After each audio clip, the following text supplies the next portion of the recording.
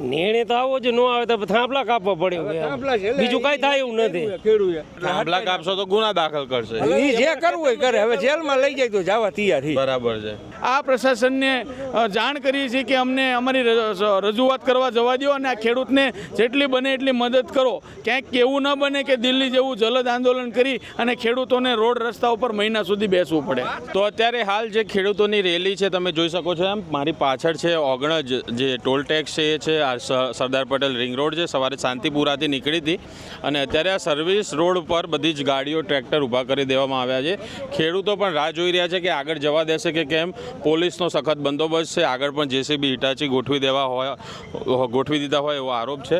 અને અહીંયા ટ્રેક્ટર બધા જ્યાં ત્યાં અત્યારે હાલ ખેડૂતોએ પાર્ક કર્યા છે. આ બધા ખેડૂતો છે, એમની સાથે વાત કરીએ. કયું ગામ? જેકિયાળી. જીકિયાળી ક્યાં આવ્યું? મોરબીનું ગામ છે.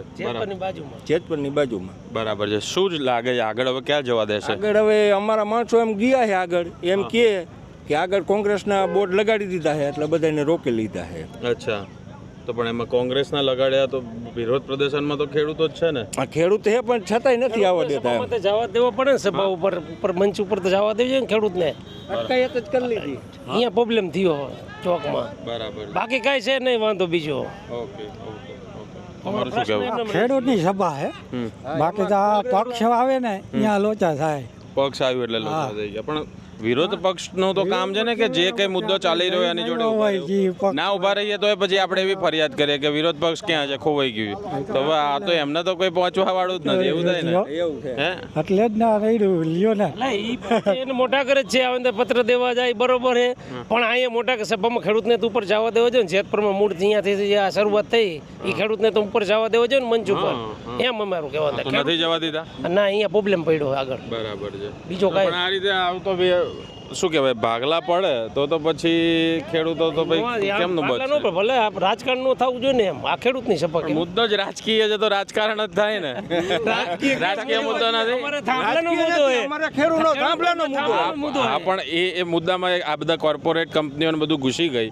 મૂળ તો મુદ્દો આખો ખેડૂત રાજકારણનો ભાગ છે કે નહીં. આપણે ગુજરાતના રાજ્યના રાજકારણની અંદર ખેડૂત હોય કે જવાનો હોય મોટો હિસ્સો છે.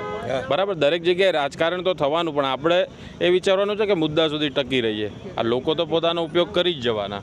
હા, પણ માનો કે થાંભલા લઈને આવે, માલ નાખી જાય છે, કાંઈ વળતર દેવી નથી અને એમને થાંભલા ઉભા કરી લેવાના, તો પછી ખેડૂત કાંઈક તો જાગૃત થાય ને. બિલકુલ ખેડૂતે જાગૃત જ થવું પડે. ગાંધીનગર 2 દી અમે આવ્યા તો હવે અંદર જવા નથી દેતા, શું કરવાનું? તો તમારા સ્થાનિક ધારાસભ્યોને તમે કઈ કહ્યું કે નહીં?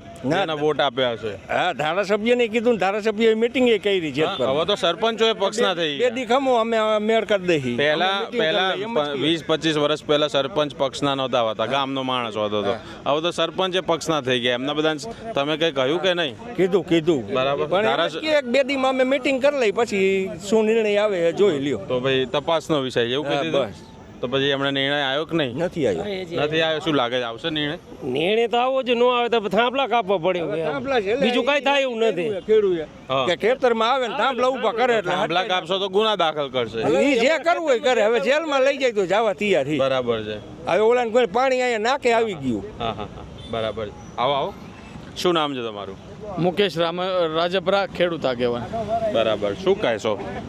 ખરેખર આજે સમગ્ર ગુજરાતની અંદરથી ખેડૂતોના પ્રાણ પ્રશ્ન એટલે કે આજે ગુજરાતની અંદર આમ જોવો તો પહેલાં જે કંપની રાજ હતું એ પ્રકારે વર્તમાન સરકારે અલગ અલગ કંપનીઓને વેપાર અર્થે અહીં બોલાવ્યા.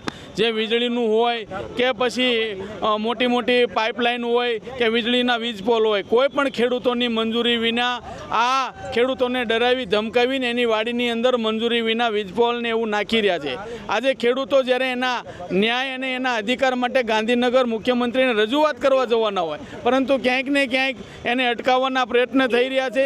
એટલે મહેરબાની કરી અને અમે આજે આ પ્રશાસનને જાણ કરી છે કે અમને અમારી રજૂઆત કરવા જવા દો અને આ ખેડૂતને જેટલી બને એટલી મદદ કરો. ક્યાંક એવું ન બને કે દિલ્હી જેવું જલદ આંદોલન કરી અને ખેડૂતોને રોડ રસ્તા ઉપર મહિના સુધી બેસવું પડે. Thank you very much. તો હજુ પણ અહીંયા ખેડૂતો રાહ જોઈ રહ્યા છે કે એમને આગળ જવા દેવામાં આવે. આ બધા ખેડૂત જેમનો ધ્વજ છે કિસાનનો. બોલો. શું નામ છે આપનું? સબીરભાઈ, શું કહેશો? શું છે હાલ પરિસ્થિતિ? અને હાલ પરિસ્થિતિ એવું છે કે કંઈ આંદોલન જેવું દેખાય છે, પણ કોઈ નેતા અત્યારે અહીંયા છે નથી. બરાબર. અમે ભરૂચથી આવીએ છીએ. ભરૂચથી આવ્યા છે. આમ સાઈડમાં આવી જાઓ પેલા સભ્ય ભાઈ અમને નીકળવું છે. બરાબર. શું લાગે છે ક્યાં સુધી આગળ જવા દેશો? અહીંયાથી અટકાવી દેવામાં આવેલા છે, હવે ખબર નથી કે શું થશે. બરાબર છે. શું તમારા વિસ્તારમાં વીજ પોલ આવી ગયા છે? શું પરિસ્થિતિ? વીજ પોલ અત્યારે 3 લાઈન આવી ગયેલી છે અને 4થી લાઈન ચાલુ છે.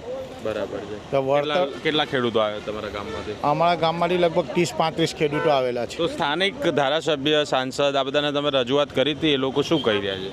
એ લોકો રજૂઆત કંઈ સાંભળે, અમે તો કંપનીના જે મેનેજર હોય તેની સાથે વાત કરીએ છીએ. તે કે આ તમારું વળતર આટલું જ મળશે, તમારી જંત્રી આટલી છે એટલે આવું જ મળશે.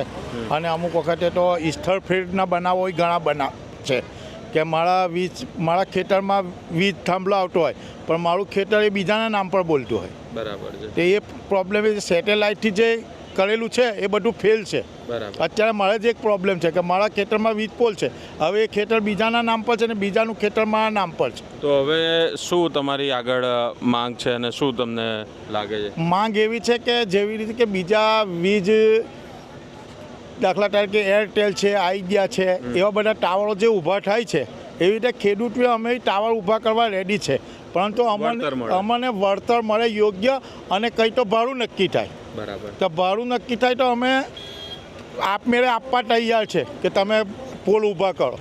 હજુ સરકાર આ નાખતી હોય પોલ તો જે યોગ્ય વળતર આપે તો અમે લેવા તૈયાર છે. બરાબર. પણ આ ખાનગી કંપનીવાળા કરે છે. જી, થેન્ક યુ વેરી મચ. તો આ જે ખેડૂતો છે હવે ધીમે ધીમે તમે જોઈ રહ્યા છો કે જે ગાડી છે બધી આગળ વધી રહી છે. તમને માહિતી અમે પહોંચાડતા રહીશું. સોમાનને ફોલો કરવાનું ભૂલતા નહીં, સબસ્ક્રાઈબ કરી દેજો, લાઇક કરજો જો આ વિડીયો પસંદ આવ્યો હોય. તમારી નજર પહોંચે ત્યાં સુધી ખેડૂતો હજુ છે. સર્વિસ રોડ પર અત્યારે હાલ આખી રેલીને ડાયવર્ટ કરવામાં આવી છે મેઇન રસ્તાથી. જે અમદાવાદ ભાડજ 4 રસ્તા હતા ત્યાં સુધી તો જે રેલી હતી તે મુખ્ય માર્ગ પર હતી, પણ અત્યારે હાલ સર્વિસ રોડ પર છે. મુખ્ય રોડ પર પોલીસના વ્હીકલ્સ અને આગળ બેરિકેડ્સને માફ કરશો કે અલગ અલગ મોટા જે પોલીસના સાધનો હોય એ લગાવી દેવામાં આવ્યા છે. રેલી ક્યાં સુધી આગળ જશે તે હવે સવાલ છે. તો વિડીયો સાથે જોડાયેલા રહેજો. નમસ્કાર.